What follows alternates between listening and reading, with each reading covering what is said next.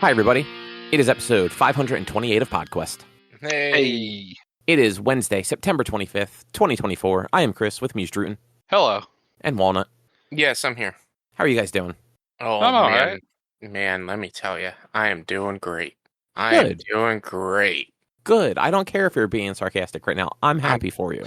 I'm being incredibly sarcastic. Stop being such a Debbie Downer. Well, I mean, here's the thing. I had to pay for 2 years worth of registration because my car registration was expired for almost a year. And rather than just having me renew it for September to September, no, I had to pay for 2024 and 2025. Which I think is absolute horseshit. I also think you shouldn't have to pay to register your car every year because that's also fucking stupid. I agree with the second part. How did you not register your car for a year? I swear I did. I even remember thinking to myself when I went to register it, and it was late when I went to register it, like probably like a week or so. It was in December, and I'm like, I think I did this already, but I'm going to do it again. So I thought I did it twice. And then once I do it, I don't care because I almost never get pulled over. And I wasn't even thinking about like, oh, where's my registration card? I never thought about it. I haven't been pulled over for like 5 years. Like, I don't worry about my car registration. I don't think I've ever been pulled over in that car until this weekend. Oh. I drove up to Scranton, PA, and back, and I did not get pulled over. My insurance company never let me know, hey, you're insuring an unregistered car. Like, I don't think they really track that stuff. they can drop your insurance because it's not registered. I didn't know that. Yeah, like, there's a lot that can happen from driving an unregistered car. It's ridiculous. But yeah, so I had to pay for 2 years worth of registration because it's stupid. And then, here's the best part. If your doctor writes you a script for physical therapy twice a week for 6 weeks, and you go and you schedule your physical therapy, how many weeks do you think they would schedule you for your physical therapy? 4. 3, apparently. Because this week would have been week 4. And I went in there yesterday, and they're like, we don't have you on the schedule. I'm like, it was supposed to be twice a week for 6 weeks. Oh, we were supposed to get you to come in and schedule more last week. I'm like, no one told me. I just thought I was just in for... They're like, all right, well, can you do... when are you available? I'm like, I work 8 to 5, and you guys are 20 minutes away from me. So, like, if preferably 6 o'clock. And they're like, well, we can get you started back up in 2 weeks. So you get 2 weeks without any. Or like 3 weeks, actually, something like that. I'm like, no, like, I don't want to wait that long to get back into this. Let's figure it out. And so, and I don't know why she did it this way. I go tomorrow at noon. I go next Thursday at noon. I go the following Thursday at around 2. And then I go the following week after that for 2 days. And then that's the end of it all. Which still isn't my total number of weeks. I think I'm still missing a day. I don't know. But it's stupid. It's stupid. Why didn't you just schedule me for all of it right away? Because that makes too much sense. Yeah, I'm just over it. I'm over it. I'm over it all. So fed up about that. That place has been such a pain when it came to scheduling. It took me a week and a half to actually schedule my first appointment because I would call at like 3:30 and they close at 4, but no one would answer. And then they would call me at 7 o'clock in the morning when they don't open till 9 and I'm asleep. We'll wake up earlier. So I called again and I leave my phone on silent. So I called again the next day at 3 o'clock when they close at 4. Nothing. So I leave a message and I said, I am not awake until 8:30. Call me after 8:30. They called me at 7:55. Like, what the hell? And then they don't call again. And then, after I finally... hold on, here's the best part. After I finally called them, made my appointment, scheduled it, and then went to my first appointment, which wasn't for a month and a half, after I actually made the appointment, because I was still in recovery and in the boot and stuff. So a month and a half until my first appointment. I go, they evaluate me, I go back, we schedule, and they're like, all right, you start in 2 weeks. I'm like, what do you mean 2 weeks? Well, we have to approve it with your insurance first. I'm like, well, you've had me on the books for a month and a half. Why didn't you approve me then? My doctor wanted me to start today, not start 2 weeks from now. I would have made this appointment 2 weeks earlier had I known this. Yeah, you had talked about that part. But the best part, they then call me to schedule an appointment. The people that I was calling to schedule an appointment after I'd already gone to my first appointment a month and a half later finally called me and was like, "Hey, we're here to schedule you for your physical therapy." I'm like, "Yeah, I made that call a month and a half ago." Like, oh, Was this like okay. the only place you could go? No, it was. I wanted to go within my network, within my I go to Cooper Medical. Cooper, everything I go to is Cooper, so I wanted to go to Cooper Physical Therapy, and I at this point I'm regretting it. So now I have to take a 2-hour lunch tomorrow to go to physical therapy. So I'm so annoyed. As you So should annoyed. be. Yeah, gotta love life, don't you? Speaking of loving life, Yeah. Rich, what's on the agenda? On the agenda is we all watched The Exorcist. Cobb, you started Agatha all the way. There was a Sony State of Play that was actually pretty damn good. It's like the first one of these in a long time that I thought was pretty good. And in general, not just I was super bored Sony. with it. Not just Sony. I think of all of them, even Nintendo and Microsoft, I thought this one was pretty good. And then I was able to clear Resident Evil 2 Hardcore on Leon's A-side story. So we'll talk a little bit about that. These are truths. Yeah. So, what did you guys think of The Exorcist? It's not for me. It's incredibly boring and nothing happens, and I did not like the movie even before I watched this when I watched it originally. This is not my first time seeing this movie. Right, I think it's a straight up bad movie. Why? It's boring. Nothing happens. It is boring.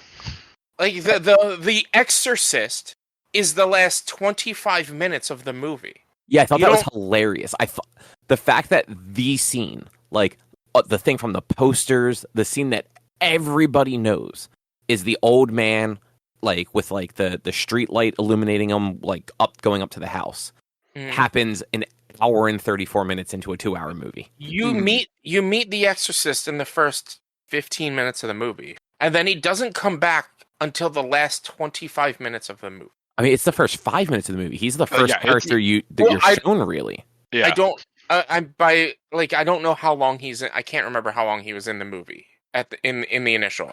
Around 10 to 15 minutes, I think. I was just saying, he's the first thing you see, and it's you're right.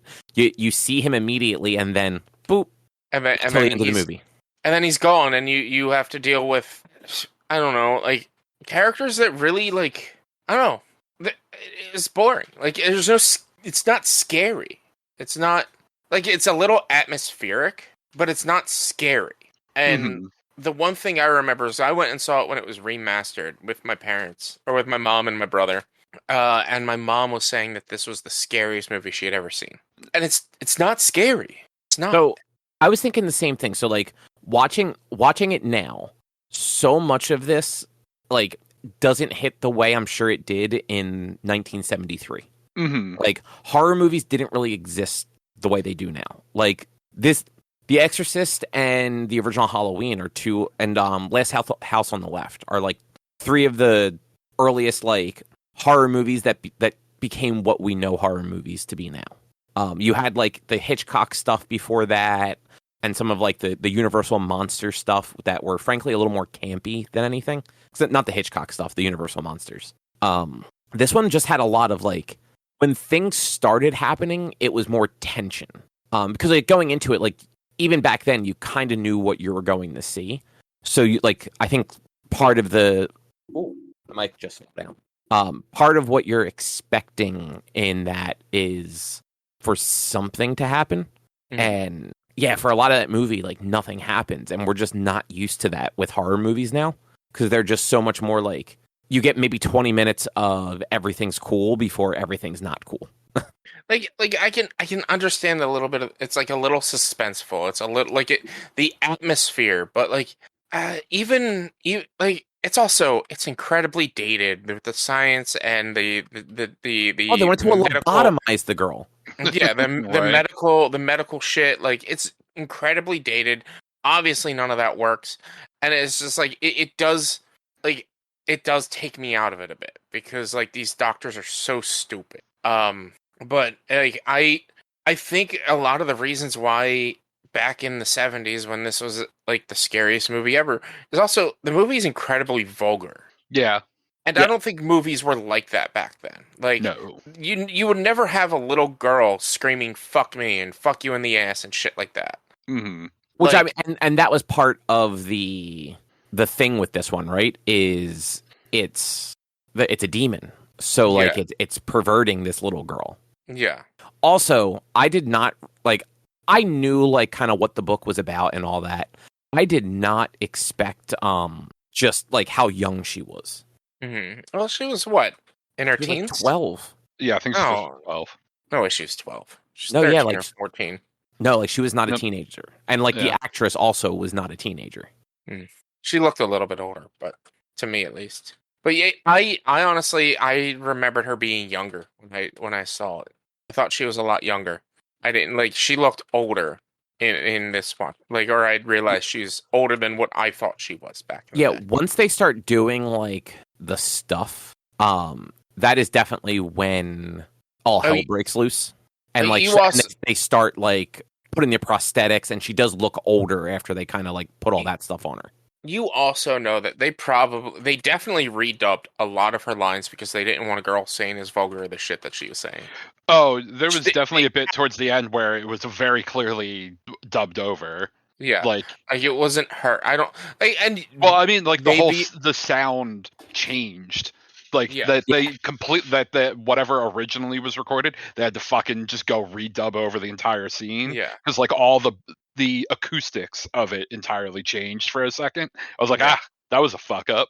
Yeah, but it's just I don't know. This is a 2-hour movie that could have been an hour and 20 minutes. And just I don't know if any of you happened to catch something that maybe I missed. Was there like any kind of connection between the very beginning of the movie and like her getting I couldn't figure that out. The medallion. What medallion? At the very beginning of the movie, as he's walking into the as he's at the dig site, he goes and they're like, "We found something," and he finds a medallion and he cleans it off a little bit and gives it to a guy. Okay. And then reaches in and finds like a little jade statue or something. Right. At the end of the movie, the assistant says to the mom, "I found this in her room," and it's the same fucking medallion that I have no idea how she got. No. So that was the necklace that the young priest was wearing that she ripped off of him, like right before he took the demon and jumped out the window. I missed that part. Yeah, that was his necklace. Then I believe that's the same necklace from the beginning of the movie. Then I think that's what the significance of that is supposed to be. But I don't know. Yeah, like there's no real. Okay. I don't know. As far as I know, no. There's no explanation as how she got possessed or why she was possessed and things like that. Like I don't know. And that's my. I guess my bigger problem with it is like it just happens. There's no actual there's no reason for the possession. She's just possessed. There's no explanation as to what it happens. And then also the fucking outcome was stupid. He tells the demon to go in him and he jumps out the window. I thought that was the worst ending. I thought that was the dumbest thing. I mean, yeah, I was not super into the way they did that either, but I see what they were going for. Yeah. It was the young priest was kind of like sacrificing himself to his faith, essentially, that him doing that would save the little girl and banish the demon with him, basically. Mm-hmm. Yeah. I don't know. I've never liked this movie. I will be 100% honest. Like, I delayed watching this movie as much as possible because I know I do not like it. Yeah, I mean, kind of same. See, like, I didn't dislike it. I like old horror movies, though. Like, I think neither of you guys are super big in horror movies in general, right? I absolutely hate horror movies. And Rich, you don't love them, right? I like them. I don't love them. I don't seek them out. I do enjoy watching them, but I much prefer to watch them with people, and it's a much better experience to watch, in my opinion, horror movies with people, because you get other people's experience, other people's reactions and experiences. And yeah, like older horror movies to me are just incredibly dull and boring because generally nothing happens. To me, I I need a good monster, but also at the same time, for me, monsters aren't scary. So like, I need jump scares. I need crazy shit to happen for it to be scary to me. Okay, that's fair. Like, I very rarely get hit by jump scares. And I like the older horror movies. I like the tension that a lot of them have. This one, like, I don't disagree with you guys. Like, the beginning was very slow and not a lot happened. But knowing what the movie was about, like, there was at least still a tension, because having never seen it before, I'm just like, okay, well, when is this going to happen? Like, but doesn't that take it away a little bit too? It's like, oh, when does the movie happen? Oh, it doesn't happen for an hour and a half into my seating of this movie. Like, doesn't that kill it a little bit for you? I mean, not really, because it's kind of like one of those things where when you get a spoiler for something, but like you don't quite know when it happens, like it doesn't necessarily ruin the entire thing. You're just kind of left wondering, like, okay, well, when does this thing happen? How do they do this thing? Look, I don't think this is the best movie ever. I'm not saying it's like a 5-star movie or frankly that I need to see it again. Like I saw The Exorcist, the beginning, I want to say it was called. Which was one that was released in like 2004, 2005. And it's supposed to be, I don't know if it's actually the same dig, but it's the old priest in the Middle East at some sort of archaeological dig. Mm-hmm. Similar to how the movie opens up. And it's supposed to actually be like the origin of how he was connected to the demons. Well, they also explained it a little bit in the movie that he was in the middle of an exorcism that took like 6 months and it almost killed him or some shit like that. Right. But like this was supposed to be like he had an actual connection to that demon, I think. Okay. It was basically supposed to tie that stuff together in some fashion. It's been 20 years. I don't remember the movie super well. Yeah. But I thought because that was a more modern movie at the time, like it moved a little bit quicker. It had some more jump scares and some more like what the fuck scenes. Like this one had a few of those, like when she starts stabbing herself with the cross or whatever that was. And it's funny that people always talk about the pea soup scene, like the vomit scene. Mm-hmm. And I'm like, yeah, that is gross, but like because that's not what vomit looks like. And on top of that, everyone knows it's pea soup. So like something about that scene just like didn't really hit the way I feel like it probably did for people 50 years ago. Mm-hmm. And then there was another one. Oh, so the only scene that really had me like cringe was actually when she was getting the medical procedure with the needle. Oh, yeah. Like even Erica already doesn't like needles, and she was like looking away, and she's like, look, after that scene's over, she's like, I wonder if this is why I don't like needles. Maybe I was just too young when I saw this and was traumatized by this scene, because it's just there's so much fucking blood in that scene. Like normally, especially in like modern movies when there's like medical procedures and there's like some sort of like syringe happening, there's not blood. Like maybe in the syringe itself if they're drawing blood, but like the doctors aren't covered in blood afterwards. But yeah, I definitely didn't hate it. I kind of see why it was as impactful as it was at the time, but like it doesn't really hold up compared to movies today. Like even just like not looking at some of the like super mainstream ones, like the Conjuring movies. The Conjuring movies are all jump scares and tension. Like that's what those movies are, especially the first one. But if you look at like some other movies like Malignant or Barbarian or some of like these other more recent horror movies, there's just like a creepiness factor to them along with the unknown that this one just didn't quite have anymore. But could have also been worse. Yeah, I mean, it's far from the worst movie we've watched, but yeah, I mean, like, it's just not for me.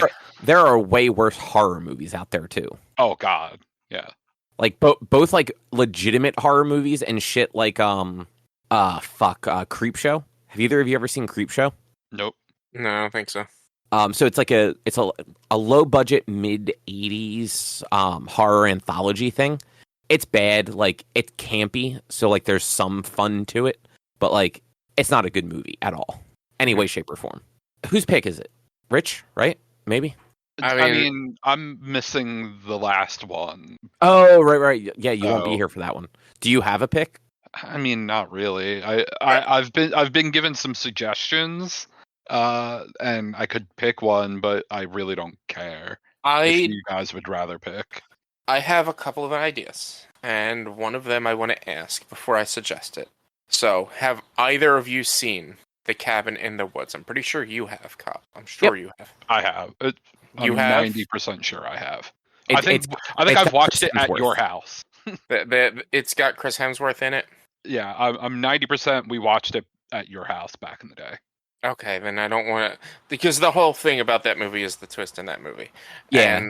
And if we've seen it already, I don't want to suggest it, even though I fucking love that movie. I'll say a thing and just tell me if it's right. It's a Dreamcatcher, right? That's that movie? Dreamcatcher? Maybe I'm confusing that one with a different movie. It's the one where there's some sort of like scientific thing going on underground that like makes all the scary monster stuff happen to try and keep worse scary monster stuff from happening.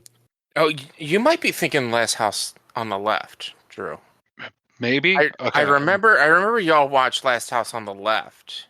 I never watched it. I think I was working. Okay, and also Cabin in the Woods is much newer than I thought it was.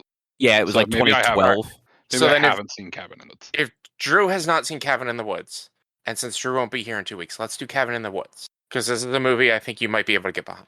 I mean, I will say the one suggestion I was given that I was probably going to go with was the M. Night Shyamalan movie Devil. That's I don't know only if you've on all Stars, seen that. though. I was looking. I didn't look to see it. I don't think that's on streaming. No, it's on Prime Video.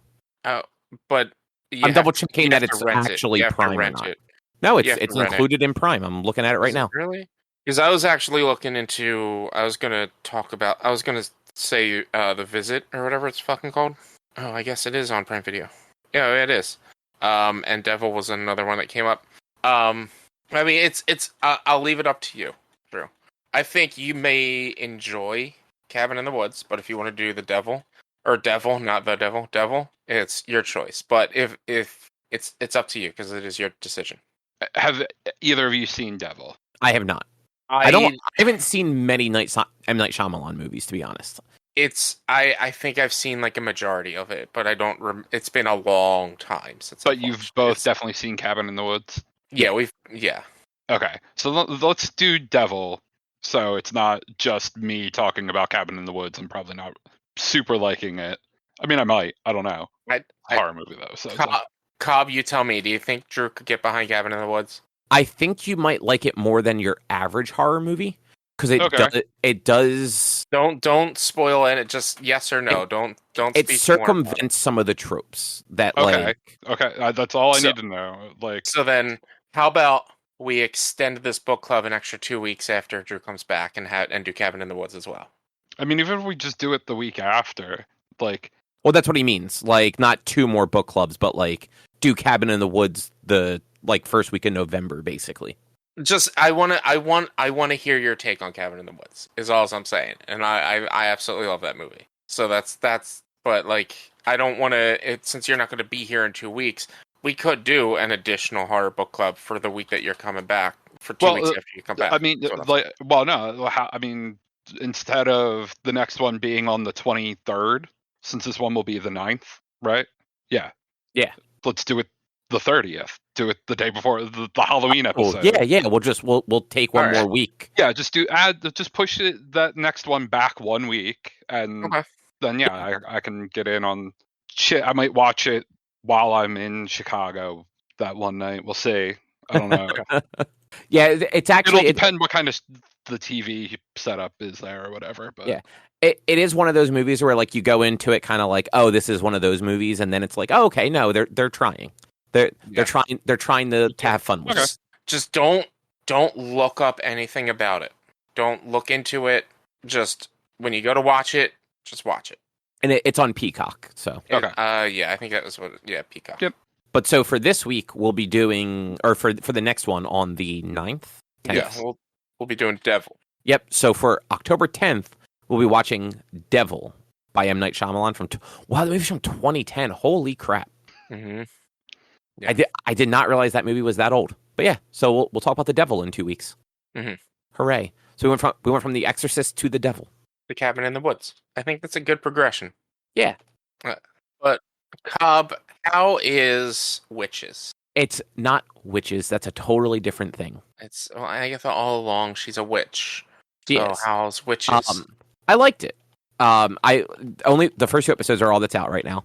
And I kind of forgot where things left off with her after WandaVision. Which do you remember by any chance? Because I have not actually looked it up yet. We just watched it last night. Scarlet Witch makes her forget that she's a witch, basically, and wipes her memory, or casts a hex on her to make her think she is just a suburbanite not even housewife, because she doesn't have a husband, but a suburbanite person or something like that. Like, I don't know, I don't recall exactly what happens. I just know, like, Scarlet Witch casted a hex on her to make her forget everything, and also basically took all of her power with the Darkhold. Yeah, something like that. Okay, so that is basically where this picks up. Still in Westview, which I thought was neat. So you get a little bit of like post WandaVision Westview in the first episode too. Specifically, you get to kind of see how some of the people react to literally like Wanda's name being mentioned. And they do tie it not only into WandaVision, but they tie it a little bit into Doctor Strange as well. Okay. But like the show is basically Agatha trying to get her powers back. By going on basically like this mission into like a magical realm. That she needs she basically needs a team to do it. They need to form a coven of like specific types of witches. And because she doesn't have, she's not well liked among her peoples. She kind of has to go find a bunch of rejects themselves, people that either also don't have their powers or are, for one reason or another, kind of on the outskirts of that whole society. That also just happen to live within like driving distance of Westview. So there's that. And one of the people. What can we say? New Jersey's the land of witches. Yeah, one of the people she recruits is the mom from that '70s show. Who that lady is just always very funny. Yeah, and I know Aubrey Plaza's in it as well. She is. She's in it like right away too, which is great. I think she's playing a little bit of a villain too. And so far, like she's been fun as the villain. But the character of Agatha is also just a lot of fun. Like she's just very mean to people. It's probably the best way to put it. At one point, they're trying to get this spell to work, and it didn't work immediately, and she just starts yelling and berating everybody, hoping that like that they will basically like all blast her with magic, and she'll get some sort of like residual off of it and be able to do something on her own.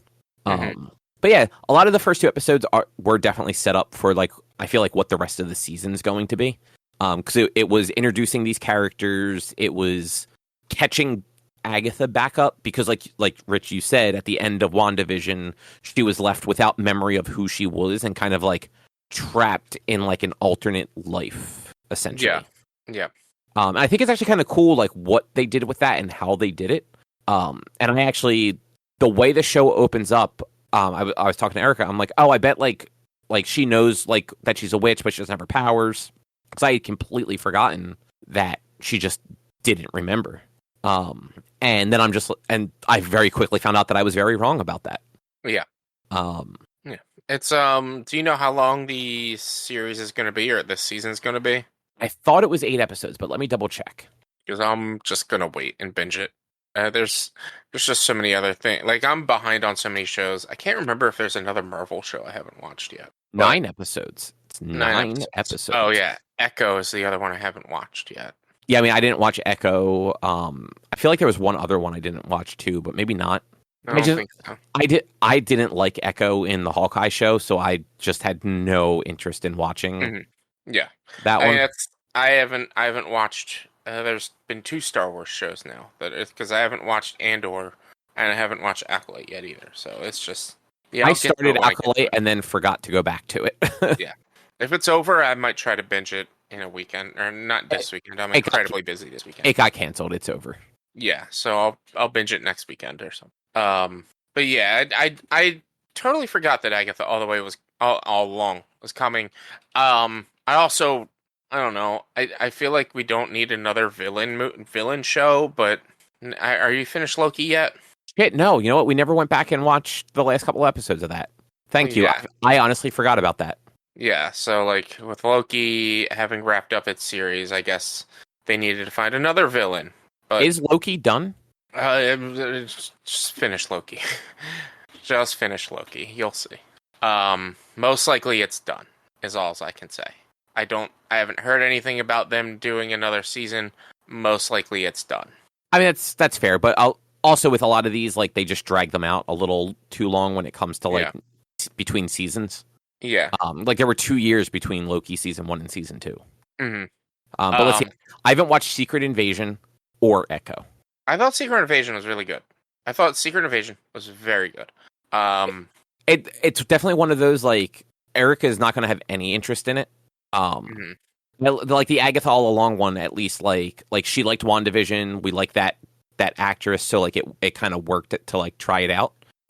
Same thing with Loki. Like Loki has that little bit of like funny to it. Secret Invasion just kind of looks like it's very, drama-y. And she bounced off a Hawkeye pretty quickly, so I'm not going to be like, hey, do you want to watch this one too? It's very spy thriller, so if you like spy thriller type stuff, you would like that one. Which I do to an extent, but also like I don't have a lot of time to watch stuff during the day, and I don't like when I do, like that's not what I want to watch. Yeah. I don't want when I'm trust me, I'm the same way. If I ran out of all my YouTube my YouTube shows and all my D&Ds and whatnot, and I have nothing else to watch or listen to, I am not watching something I have to pay attention to. So my current binge show while I'm working is fucking Texas 911 or whatever it's called. It's with Rob Lowe. Oh yeah, I know what show you're talking about. Yeah. So, like, it's just stuff I can listen to and have on the side and not have to actually pay attention to and still get the story. Yeah, like, I mean, during the day, like, if I'm working, it's a lot of just podcasts and, like, music. Because it's easy for me to just, like, move around the house that way. Whereas, like, if I'm watching something, I'm either sitting downstairs, and if, like, I get a call or something, I have to interrupt that. Or, like, I'm upstairs, and I'm watching it on, like, my computer screen, and I just don't like watching stuff on the computer. Yeah. I'd rather sit comfortably on the couch to watch something. With a podcast, I just put an earbud in and I can like wander around the house. I can go downstairs, come upstairs, kind of do whatever. And interrupting those for like calls and stuff like that don't really like hurt anything or like break a flow really. Because it's not like I'm listening to podcasts that are like narrative. Yeah. But I did enjoy Agatha All Along. I don't know that we'll watch it like week to week. Because it is 9 episodes and it looks like it's after today. Is it 2 episodes a week or 1? It's 1 episode a week after the first 2. And it actually wraps up on the 30th. Mm-hmm. Oh, so actually episode 3 is out today. Nice. Yeah, I think it's usually Wednesdays when they drop their Tuesday nights or Wednesdays when they drop their Marvel series. Yeah, so it's once a week up until the 23rd, and then on the 30th we get a 2-part finale. Mm-hmm. So, yeah, Again, like, not sure if we'll watch it week to week or if we'll kind of like, as we remember that it's on, because unfortunately it's on Disney Plus. It's one of those things where we don't open that at all. Yeah, like, yeah. I can't tell you when the last time I opened D Plus. Like the only reason I even have the subscription is because like we do use Hulu a lot, and it was cheaper to get like that little bundle for both of them than to every couple of months like have the Disney Plus one on. Mm-hmm. And yeah, like, unfortunately, they don't really advertise the Disney Plus stuff on Hulu the way they do vice versa. Like, you open up Disney Plus, and it's like, hey, here's all these Hulu originals. I'm like, cool. Can you do this on Hulu now so that I remember that you even exist? Yeah. I've been stuck on the second to last season of X-Men original animated series for 3 months now. I have to finish that so I can watch X-Men 97. Yeah, exactly. Like, I was watching through, I think I got up to like season 4, and it's just whenever like I normally watch it at night, like if Erica goes up to sleep first, especially like when she has like her early meetings every other week. I just don't think to open up Disney Plus. I just put on like The Office or whatever's like on Comedy Central usually. Yeah, it's usually The Office or Big Bang Theory, and then I do other stuff like I either play like on the Steam Deck or read comics or something like that while like stupid sitcoms are just playing in the background. Yeah. If I'm doing anything, I'm falling asleep. So I can't do something that I need to pay attention to anymore. I'm just so tired lately. So that this is a problem. I want to watch stuff, but I'm so tired. Have you just considered not being tired? That doesn't work. More caffeine. I can't drink caffeine, so I'm just fucked. Can you do the caffeine pills? I cannot take caffeine. It will cause me heartburn or acid reflux in particular. I wasn't sure if the pills did it too. It's caffeine. Like chocolate even bothers me because there's a little bit of caffeine in chocolate. Yeah, and y'all know I love chocolate. Yeah, so I remember you talking about it before, but I don't think you had actually like determined it was caffeine. I thought maybe it was just like the acidity in coffee. No, it's because I was drinking cold brew, strictly cold brew for the longest time, and it wasn't the acidity. I stopped drinking coffee and now specifically drink decaf, which still has a little bit of caffeine in it, but it's still less, and it doesn't bother me as much. It was caffeine. Caffeine was one of the triggers. I didn't know caffeine could cause heartburn. So yeah, me either. When you drink coffee, or a lot of people, I have friends who straight up say this, that one of the reasons they drink coffee in the morning is because it helps them poop in the morning. Well, that's because caffeine will help relax your sphincters in general, like the esophageal sphincter and your sphincter down below, because the caffeine helps relax the muscles. And that's what causes you to be able to poop good, but also causes you to have acid reflux in your esophagus. It's because it's too relaxed and everything boils up. Oh. Yes. That's I learned that from my doctor this year, specifically. And did you like bring it up to your doctor? And he's like, yeah, no, that's totally possible.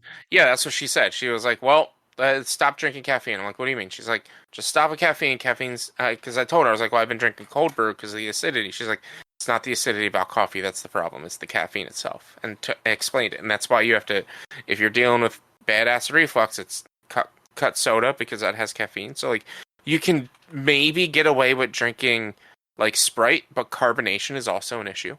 Can you take like heartburn medicine before you drink coffee? I mean, I do. I take it every day. You're not supposed to, but it takes 30 years of daily taking I take pantoprazole. It takes a long time for it to actually do an adverse effect, which is a bone density issue, and it makes your bones weaker over 30, 40 years. So the goal is to get me off of that. I just haven't gotten off of that. And because I've gained weight, that's the other thing. If I drop weight, if I cut about 100 pounds, I might not have issues anymore. So, but I've regained a lot of the weight I lost because I've been laid up for 3 months not moving. Yeah. So you should have been out there doing fucking laps with your broken leg. Yeah, I should have been doing CrossFit with my fucked up leg, or lunges, all sorts of stuff that would have been fine. Right. You had that little wheelie scooter. You just need to run with the one leg. Yeah. Yeah. But yeah, I almost fell flat on my face several times with that scooter. Oh, I believe it. Those things do not seem like the most stable. No, well, it's not even the scooter itself. It's if you're rolling around. Like there was one time I went to Gateway Diner or whatever with my parents. Is that no, not Gateway. Gateway's not here anymore. It's that diner by the Ellsberg Circle. I do not know. Ponzio's? Ponzio's. Yeah, I went to Ponzio's and I rolled up onto their sidewalk and I was rolling and their curb is just it's either just that far apart or one's just that a little bit higher, and I hit it and I almost fly forward because I hit the curb and I had too much momentum, I guess, or the curb was that uneven. Those things, yeah, they're rough. They sound it. Yeah. But yeah, to circle back around, Agatha All Along has been fun. Mm-hmm. And we wrap up. Maybe we'll watch the third episode. Who knows? Nice. Maybe not though. It depends. Well, I'll wait until it's all out and then I'll try to binge it that weekend. Yeah, I mean, hey man, binge it on Halloween, right? Yeah, I might just take a day. I have 108 hours sick time. That once you reach the total, I think it was 15 days, it doesn't continue to accrue. So but you can accrue up to 15 days worth of sick time, and it just once it reaches that, it doesn't accrue anymore, and it just caps at 15 days. So I have 108 hours sick time, and I have I don't know, 6 or 7 days PTO as well as personal choice. So I might just start taking days off just to watch shows or edit and things like that. Yeah, just kind of get through some of them. Yeah. Because if I don't use them, I lose them. So gotta find time. So I told my boss, I was like, I'm gonna start looking at the calendar and figuring it out, and I might just be like every Friday, if that's okay with you, every Friday or every other Friday, I'm taking off, something like that. Which, yeah, why not? I mean, I don't like that because then it ruins potential of overtime. So I'd much rather maybe try to find maybe a potential just full week off or long weekends than not have to worry about losing overtime. Oh, it'll be fine without overtime. You'd think. Anyway, there was a state of play, guys. Did you just watch it? I watched through most of it. I didn't. There was literally nothing on that thing that appealed to me. I'm surprised. Like the Midnight Walk, I thought that would be maybe a game you'd be into. Which one was that? The Clay one, or was that the other one? That was the Clay one, like right at the beginning. Like it looked neat, but also like I love the art style for that game. And that's the thing. Like the art style looks cool, but like I don't know that there wasn't a lot of gameplay shown. I don't know exactly what the game's going to be, and that's really not enough to have any real interest in it. Also, it's a VR game. Is it VR only? Because it just said PS5 and PSVR 2, and I couldn't tell. It's PSVR or PS5.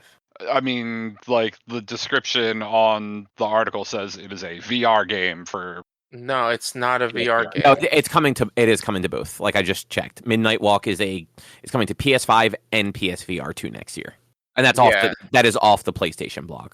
That's not just like somebody else talking out their ass. The game said you can also play it in VR, or the trailer says like also available in VR or something like that. Okay. Yeah, it's not strictly a VR game. But it being made in VR also makes me a little wary of like how much how good it's going to play. Well, the thing is, the entire game was sculpted in clay and made with stop motion. So like I'm sure they want people to be able to look around and see things, which is why they're doing the VR stuff. But like, yeah, I was absolutely endeared with the art immediately. I was like, I want this game. I want it. The art looks very cool. It's just I'm not sold on it as a game that I would spend what is probably going to be a $70 game. Oh, yeah. 100%. Yeah. And I've seen people play, I've never played it myself, but I've seen people play the other game that team has made, Lost in Random. And that game looks pretty good. One. It's like kind of pseudo RPG, and your companion is a dice cube, and it runs around with you, and like depending on how it rolls and stuff, certain things happen. Like I don't know 100%, but like even like on the IGN article about Lost in Random, it's the world-spanning adventure that ensues after you manage to escape the dreary starting zone of Onecroft takes plenty of nods towards films like The Nightmare Before Christmas, Corpse Bride, Coraline, and other similarly gothic-inspired stop-motion films. Like that's for the other. That's not even for this game. For Midnight Walk. I want to do Lost in Random. I've seen other people play it, and it's been something I'm like, I kind of want to play that. But I'm really, really interested in Midnight Walk. Yeah, and again, like that art style looks cool. I'd like to see a little bit more of like how it plays and like whether or not it's actually any good outside of VR. Just historically, especially with games that are playable on PlayStation VR, and I don't know about PSVR too. Like the gameplay is scaled down because the headset can't support a whole lot. So like that can have a negative impact on how much fun the game is outside of VR. Mm-hmm. But like, hopefully it's good. Yeah. Then there was a couple of other games like Hell Is Us reminded me. I think that one reminded me of like Remnant, which I was like, all right, a little interested in. They had like a Metro VR game, which is fine. Arc Age Chronicles, which looked interesting. It's that like medieval setting game, but like at the same time, the trailer kind of looked like it was just a fighter, but apparently it's a Souls-like game. So who knows? Yeah, so that was one of the few games where I looked at that. I'm like, this looks like it could be like a cool action game. But then I saw some of the combat, and I'm like, oh no, this is definitely going to be like a Souls-like style game. Which for the first portion of that trailer, I was like, oh, this looks just like it's a hero fighter, like it's a what's that game? For Honor style type fighter game. Like not even just I didn't get Souls-like until like near the end when there was like group fights and stuff like that against big monsters. But I was like, I don't know. I didn't really see much. I need to see more. This was also a game that they showed. They showed in June, maybe. Is this the one where like the one trailer was the person sneaking around in medieval like era with like undead zombie knights all over the place? I don't know. I can't remember. I don't remember exactly, but I do remember seeing something for that Arcade game before, and it was just one of those like if it were just like a action platform sort of like hack and slash game, sure, like that could be fun if it's done well. But again, for me personally, like it's a Souls game, like I immediately lose interest. Mm-hmm. But a lunar remaster. Hot damn, just what everyone wanted in 2024. I'm sure people do want that. Like, no, apparently those games are actually really like well regarded. Yeah. It'll be. I don't know if I'll get it, but like I remember the lunar games. I don't know if we probably had them. We had like every game in the PlayStation catalog, but like I don't know. I'm not gonna worry about getting it right away. It is what it is. I am pretty sure I actually own a lunar game on PlayStation that like I never actually played, but I own it.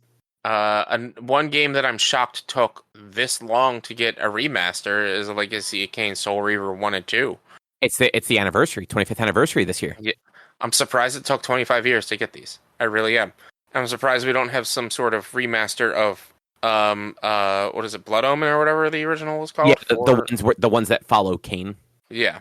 As far as we don't have anything for that coming, but this is actually one that I am interested in. And like, I know I have thoughts on remasters, and I don't like them, and I will argue against we need to stop doing so many remasters. But this game is a 25-year-old fucking game. It makes sense to get some sort of fucking remaster, not fucking Horizon Zero Dawn. That's not even 10 years old yet. It's almost 10 years old. Still 3 years from now. Just saying. 2017 was when that game came out. It's not even 10 years old. But they're doing the remaster right. $10 if you already own the game. Yeah. I'm okay with that.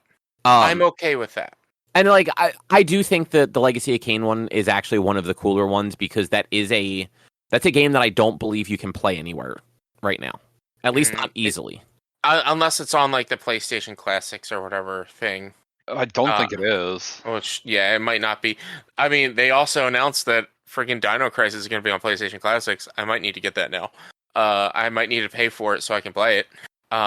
There was that Fantasia Neo Dimension, which is like I think it was like I honestly 100% thought it was Nier Automata at first, and then it was like no, it's something else, and then it turns out that they're doing a Nier collab with Stellar Blades. But this is like a turn-based RPG, I think. Oh yeah. I did see that one. Sorry, I was trying to remember what game that was while also looking up. It's a tactical RPG from the creators of Final Fantasy with Nobuo Uematsu, who does the music. It looks really good. It looks interesting. I'm into it. So yeah, that was it looks.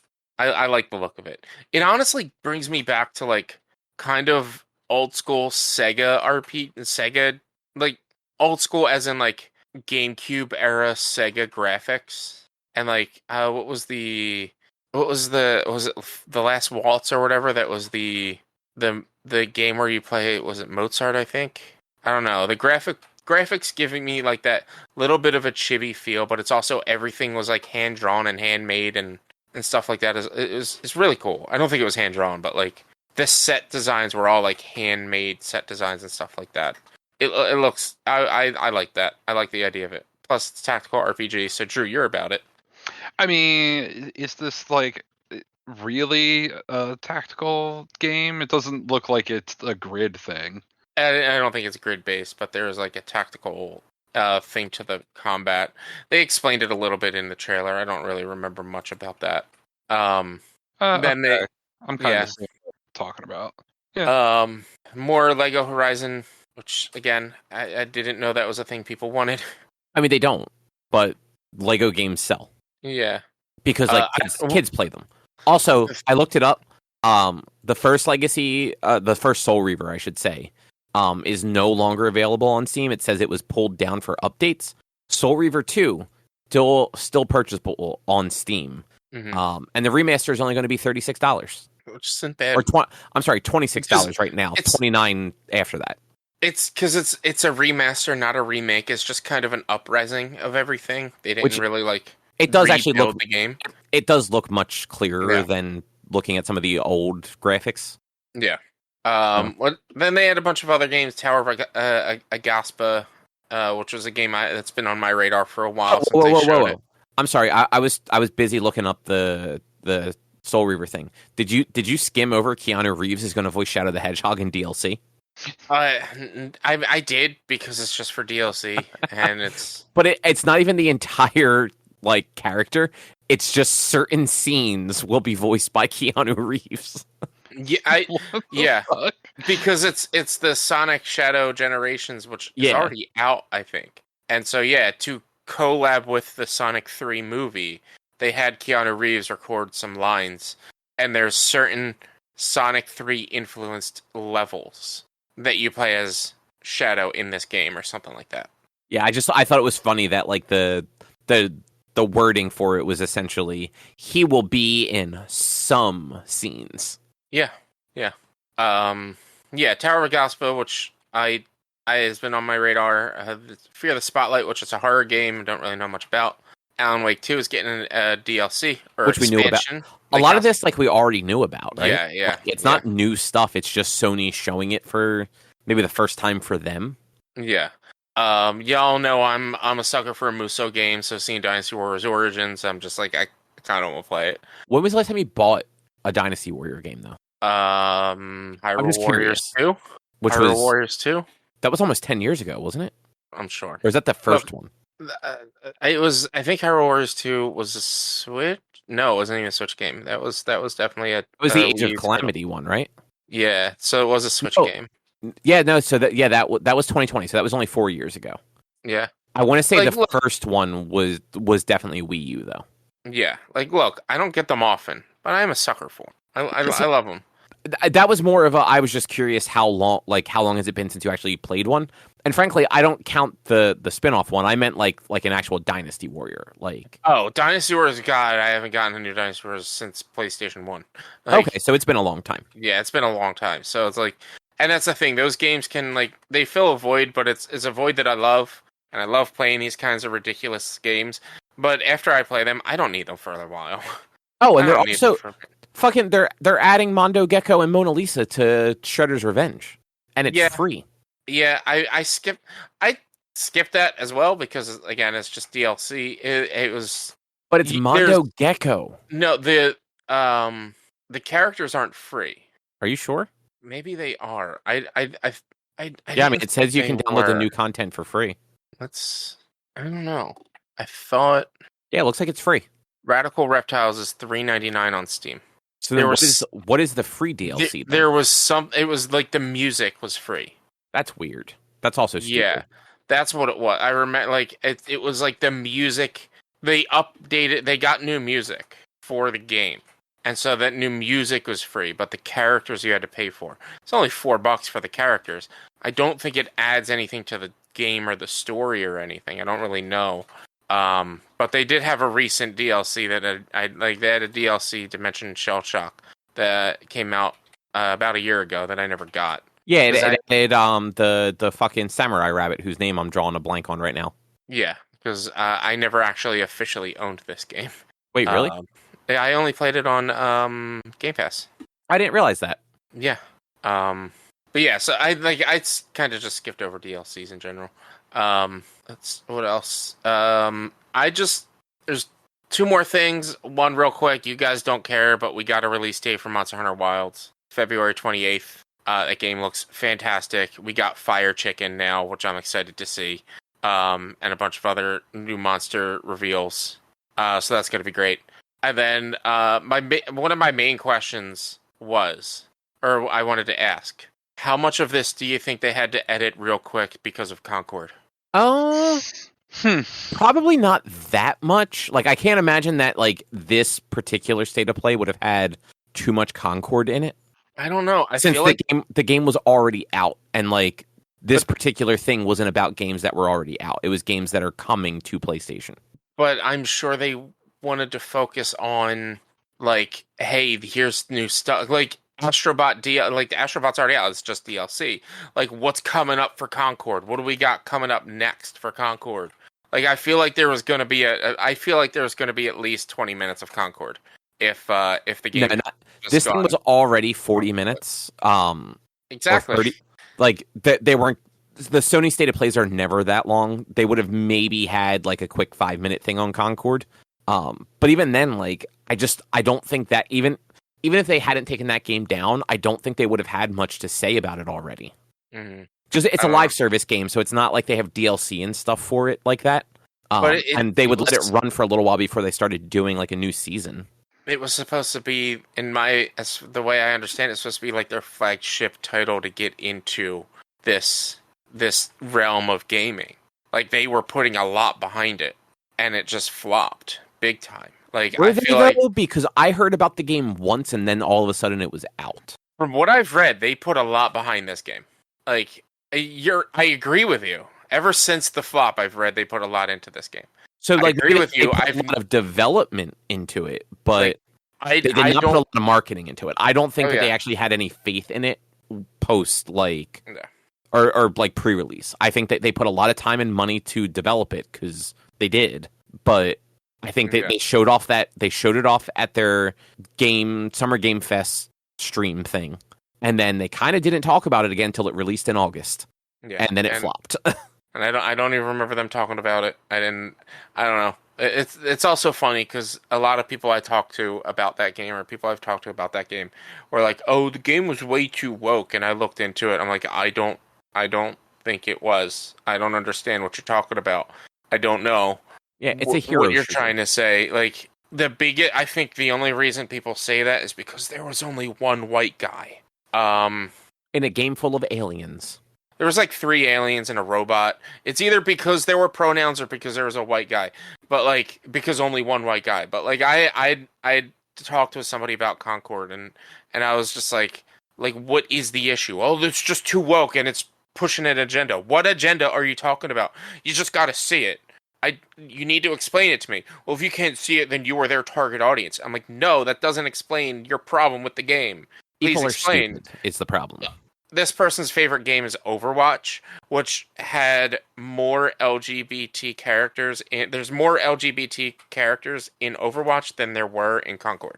So, what's your problem here? Yeah, it sounds like that person is just an idiot. Yeah. And then also, finally, they announced Ghost of Yotai, which is Ghost of Tsushima 2. I believe Erika Ishii is voicing the main character. I don't know who that is. She's on Dropout stuff. Yeah, on Dropout, I don't know what else she's voiced. She's done some Critical Role stuff. She's done something recently. She also just talked about. She's in Dragon Age. I think it's New Dragon Age. She's one of the main characters in. She also might be in Baldur's Gate 3. She had. I mean, no, that doesn't matter. I'm looking through her IMDb to see if there's anything that you would know. She had voices in Rebirth, but it's just additional voices. She was Hermes in Stray Gods. Okay. She's Valkyrie in Apex Legends, which you don't really play Apex. She's Sailor Juno in Sailor Moon Cosmos. I didn't know she was Sector in Mortal Kombat 1. Yeah, no, I mean, I don't I probably heard her in Stray Gods, but that's about it. Dr. Wenji Evans in Deathloop. I don't know about you guys, but I'm not going to play the sequel to Ghost of Tsushima when I never played Ghost of Tsushima. Yeah, I'm not like, I haven't played Ghost of Tsushima just because I haven't played it. It's not like I'm avoiding it or anything. It's definitely a game that's like on my list. I just don't. I have too many games on my list. So like, that's. I mean, you do have a lot of games. Like, and it's just like there's that's lower on the list. Like, I really am interested in that game, but it's just lower on the list. But it looks great, and from what I've seen, it looks super fun and awesome, but it's kind of just like Assassin's Creed, but samurai. I think that's part of what like Ghost of Tsushima is not on anything for me. Like I have nothing against it. I just have zero interest in it. Mm-hmm. And I think part of it is it has like an Assassin's Creed vibe along with like a little bit of like a Souls vibe, and that might just be because of the style of the game. It probably doesn't play that way at all, but it's just like, yeah, no, I don't, not for me. No, it's definitely more of Assassin's Creed. I don't think it has really any Soulsy vibe to it. It's more Assassin's Creed. That's fair, but like, and even then, like, I've been burned out on Assassin's Creed for 10 years at this point. Mm-hmm. But like, hey, this one looks very pretty. Ghost of Tsushima was a very pretty game. Like, nothing against them, just not interested in them. Yeah. Mm-hmm. Lost in Random has a special promotion right now. It's 85% off on Steam, so it's under $5. So I'm probably going to buy it because it just really makes sense too. If it's a game that I'm interested in playing in the future. Which one was that? That's the one that Midnight Walk or whatever it was called was a predecessor to. Right. No, yeah. Lost in Random. Yeah. Yeah. Damn. Yeah. $4.49 right now. Yeah, but it's only for today. It's only like by the time y'all hear this, hours. It's probably done. Unless if they listen to it first thing tomorrow morning when it releases. Yeah. Assuming I get it released first thing tomorrow morning. Yeah. But yeah, it was not a bad state of play as far as like having content of things that weren't necessarily like known totally. It just for me nothing about it was like, oh man, that's a game that I really want to play. Everything in there was just like, yeah, those are games, I guess. Yeah. But Rich, you beat Resident Evil Hardcore. I didn't beat Hardcore. I just beat Leon's A side on Hardcore. Take the credit. I mean, I have to. I still have to do Claire's piece. You're taking a break, right? Yeah, I'm taking a break because of October. Technically, to beat it all, you have to do A and B side for both characters. Fuck that shit. If to beat it, you do A and B side, or A side of one and B side of the other, and that's what I'm considering beating it. But yeah, so I beat Resident Evil 2 Hardcore with Leon, and that was tough. Especially because I ran a lot of the game trying to not use like my pistol ammo, and I ended the game with like, what did I have? I had 200 plus pistol ammo, and the Matilda, it's the main handgun that you get. I had 200 plus handgun ammo, and when it comes to Leon, his final fight, which is fighting against Tyrant or Mr. X. You don't have to actually kill you don't have to shoot Mr. X at all. So I had all this extra ammo that meant nothing. And I basically at one point or another had to just trash some ammo because I had too much of it. Because the final fight in Resident Evil 2 Remake as Leon, you're on an elevator going down and Mr. X lands and you have to just survive from him for long enough until you get there, until Ada sends the rocket launcher down to you. Then once she sends a rocket launcher down to you, you grab it and you fire it off. And you have to hit him like 3 or 4 times. I think you have 4 rockets. So you have to hit him like at least 2 or 3 times to blow him up.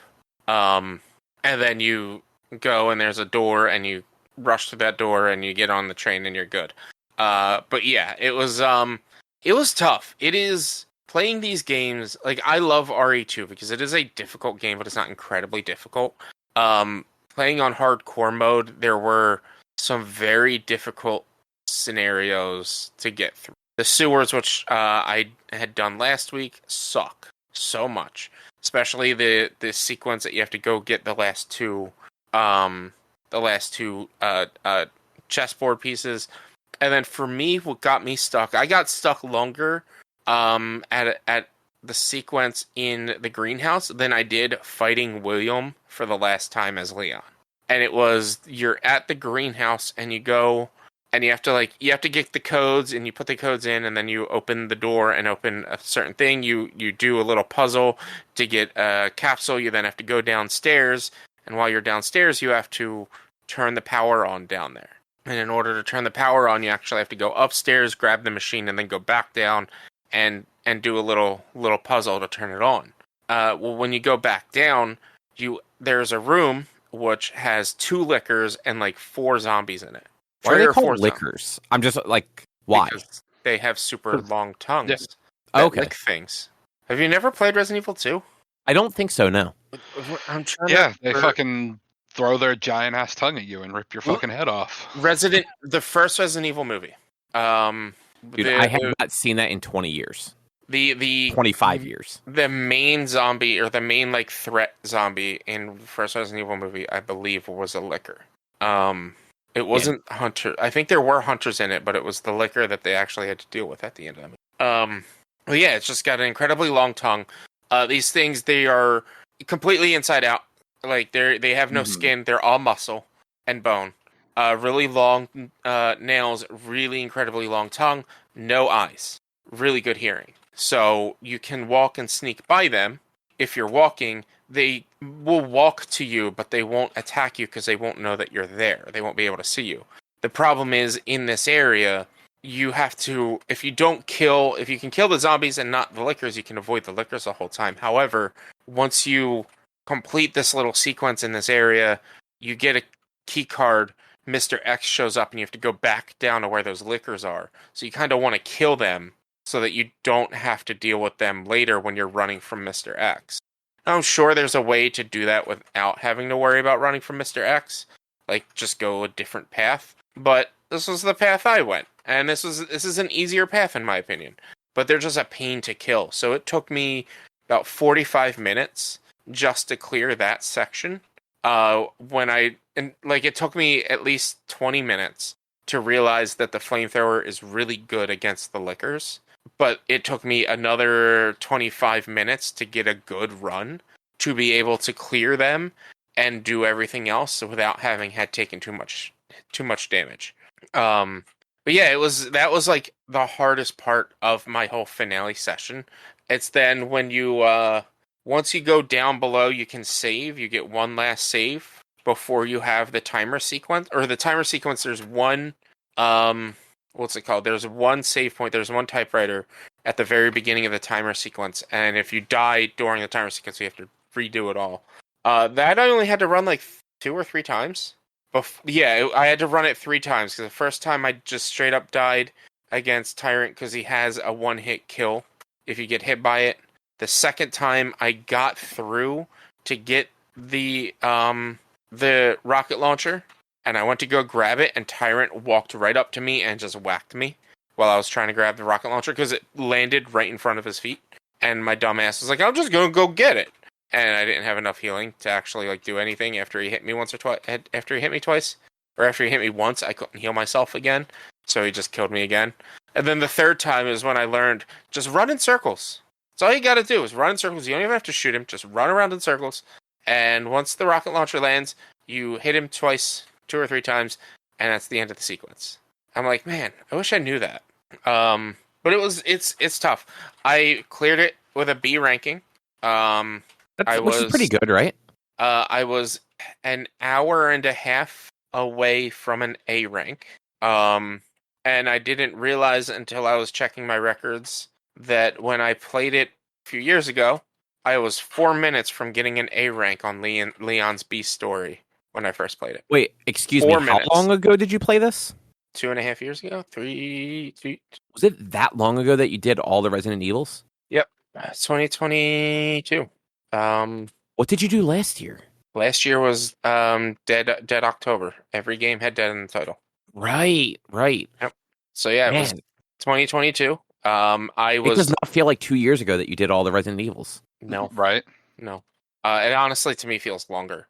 But yeah, I was like 4 minutes. I beat Leon's B story in 4 hours and 4 minutes. And that was normal, right? That was normal, yeah. Which I'm so mad that it took that long. that it took that short. But it's also funny because when you're playing normal, there's auto saves, there's checkpoints. I saved a total of like 9 times playing. I think it was like 8 times, 10 times, and 9 times. Respect on like Claire's and Leon's story. I saved 27 times. Which don't you get graded for? Isn't that like part of the grade? I don't think it's primarily just the timer. It's just beat it, and it's based on how fast you beat it. Because like saving takes time, so like that adds time to it. There are like achievements and things for like beat the game without saving, or there's one that's beat the game without opening the item box and stuff like that. But yeah, I don't think it actually affects your score depending on how many saves you get. Saves you do. Okay. Yeah. Yeah. For some reason, because like like you get that that like report card thing at the end, and doesn't that actually says on there how many times you saved? I believe. Yeah. Yeah. That's how I know. Okay. So it looks like the only rank that has anything to do with saves is getting S+, which is you have to beat it in whatever S rank time is, but that you can only save 3 times and can't use any infinite ammo weapons except the knife.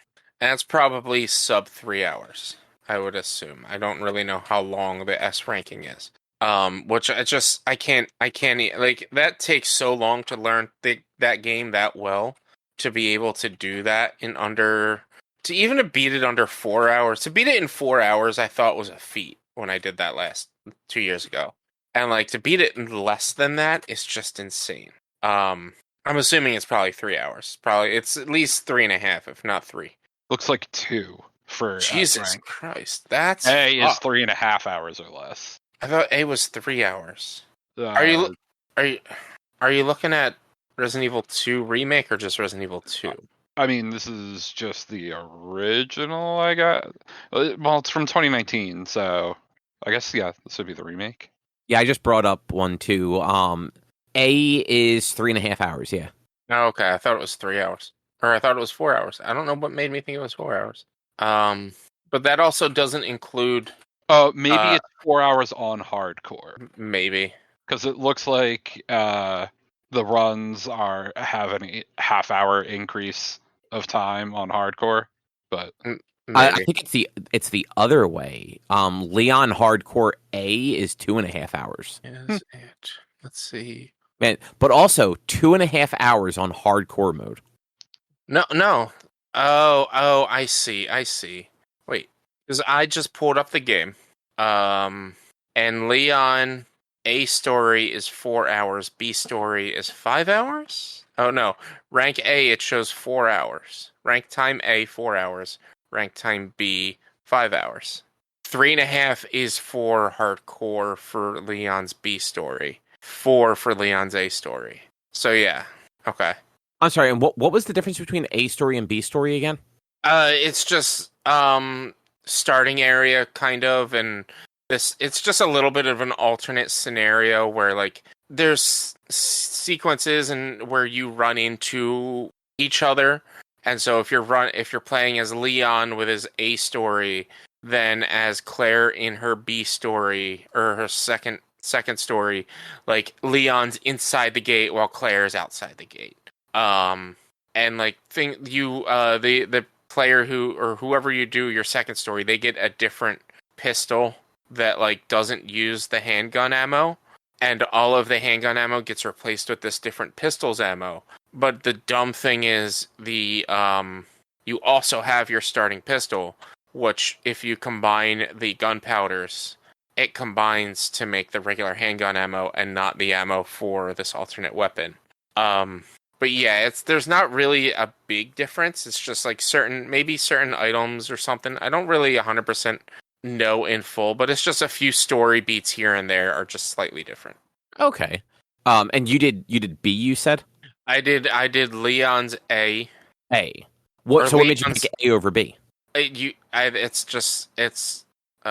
just close out of something? No. It's so when you start the game, it's not A or B story, it's first or second. So the first person you're playing as, you do the first story. And then the second person you play as, you're doing the second story. And once you beat that the first time, then you get a choice. Every time I've played Resident Evil 2 Remake, I've played as Claire for the first story and Leon for the second. So this time I swapped it, played as Leon for the first story, Claire for the second. Okay, I follow now. That makes more sense. Yeah, that's all. And like it's funny. Leon's story makes me laugh because you meet Ada, and you basically fall in love with her after 2 hours. And he like falls head over heels in love with her after 2 hours. And then she dies and he's like crying because the love of his life is dead. Quote dies. She quote dies. She doesn't actually die. But then like the one thing that's just completely weird, and this is where like the whole separating the stories is a little awkward, is the second to last boss for both characters is a fight with William in the same spot. He's just like hanging out there waiting for everybody to come through. But each person's story is killing William in that spot. And that area gets completely destroyed during this fight. It's not like he's just there, you knock him out, and he passes out, and then you leave. Like, the area is destroyed, and there's no change to that area. It's also like he basically kills his wife. I don't remember her name. Annette. He kills Annette. But if you're playing, whether you're playing as Claire or Leon, that whole sequence still happens. Like, everything down in the hive happens. So, like, it doesn't really matter who you play as. And that's really where I wish they would have, like, could have changed it up a little. Where it's like, all right, well, if I'm playing as Claire on the second story, then maybe, like, my fight with William is different, or I don't know. It's just it's weird because also the fight with William as Leon is incredibly out of place because there's just no reason for you to encounter William. You have not had any real encounters with Annette, and you have not dealt with Sherry the entire time. Whereas Claire, like, you fought William at the police station, and then you don't see him again. Fight him in the police station, then you fight him in the sewers. But, like, there's no reason for you to be fighting William in the sewers either. And that's the other things. Like, Ada gets stuck in the same spot that Sherry gets stuck in the sewers with each of you. Like, so, like, they tried to make it be a little bit alternate and a little different, but it's still, like, all the same story beats. So it doesn't really work all that well. You still find out all the same information no matter whose story you start with. Okay. No matter whose story you're playing. But it's just like it's just like the only difference really is in the police station. Leon gets the diamond key where Claire gets the heart key. That's really the biggest difference in a lot of the game. Then there's a whole when you go to the sewers, there's a whole sequence where Leon is with Ada and you're playing as Ada running from Mr. X, whereas with Claire, there's a whole sequence in the with an orphanage, and you have to like go get Sherry from an orphanage. Man, this game is fucking weird. Well, yeah, they're great. They're amazing. I love them. I love Resident Evil. So what is it like the first week of November you'll pick it back up? As soon as I'm done whatever game I'm playing when October ends. So, like, I will finish whatever game I'm in the middle of playing by the end of October. So if I only get through Alien Isolation, and that's it, and, like, I can't beat Alien Isolation in a month, then that's it. I'm not going to force myself to do Callisto Protocol or Dead Space. But if I can get through Alien Isolation and start Dead Space or Callisto Protocol, then I'll finish Callisto Protocol, and then I'll jump back into Resident Evil 2. Nice. Yeah. And then are you starting your Halloween stuff, like with Isolation and all, on October 1st-ish? I might just start it on the 30th. Get a jump start? Not really get a jump start, just because it's just how the month is laying. Like, the week starts at the end of the month. Like, it just kind of... Oh, I didn't realize Monday. I just opened the calendar. Monday is the 30th. Monday's the 30th. So I might just start with Alien Isolation on the 30th. I'm not really sure. I haven't decided because I don't really know what I would play on that Monday. It might just be do Alien Isolation starting Monday. I've never played Alien Isolation. I don't know what it's going to be like. I know I think it's a little bit of a longer game, I think. I don't really know. I don't know anything about the game. I just know it's scary and hard, and people have rage quit it quite a bit. So I'm excited to play it because I've never played it before. I know people were into it for a little while. Yeah, I still see people playing it all the time on Twitch. Nice. Like it's surprisingly, like, I haven't checked like the average viewership for it, but like I see a lot of horror gamers do Alien Isolation a lot. That's cool. Currently, there's 724 viewers in that game right now, which is a decent amount. Like, it's not just a single page of there's several pages. A lot of them are sub 10 followers or sub 10 viewers, but like there's a lot of people that watch that game. A lot of people that play that game. Well, hey, maybe it'll get you some new subscribers or something. Possibly, we'll see. Yeah. Well, is there anything else either of you would like to talk about? Nope, I don't think so. All right. Well, then that is going to do it for this week. If you'd like to find more of our content, you can head over to www.one-quest.com. You can also help us out by supporting us at patreon.com/onequest. And as always, if you can't support us there with dollars, you can go to your favorite podcast platform, Apple Podcasts, Spotify, YouTube. Rate us, review us, subscribe to us. All of it helps. You can also find us on social media, facebook.com/onequestonline or at @1_quest on Instagram and Twitter. Our YouTube channel is youtube.com/onequestvideo. And you can always send us an email to social@one-quest.com. And Rich, what is your streaming looking like? Twitch.tv/v_1 is for video game streaming Monday, Tuesday, Thursday, and Sunday. All of October is going to be alien-based horror games, as we have just discussed. Alien Isolation, Callisto Protocol, and then Dead Space Remake are the three that I'm planning on. Whether I get through all three, we'll see. It's not a challenge month. I'm not like I have to get through them. It's just I wanted to go with Alien Horror. If we beat all three, there's a couple of other games that I have in mind that I might get. But we'll see. Other than that, we are recording on the 25th. This is coming out on the 26th of September. On the 28th of September, to celebrate 500 followers, I am playing Lockdown Protocol with a couple of other streamers, probably around 7 o'clock Eastern Time. If you are interested in coming and playing and you're a cool person, or you just want to come and watch us play, like basically Among Us but not, come check that out. Yeah, do me a favor, send me a reminder message for that, because I'm going to forget promptly when we hang up, and I will add it in the show note. Okay. Yeah. But with that, we will be back next week with something else to talk about. Thanks for listening. Bye.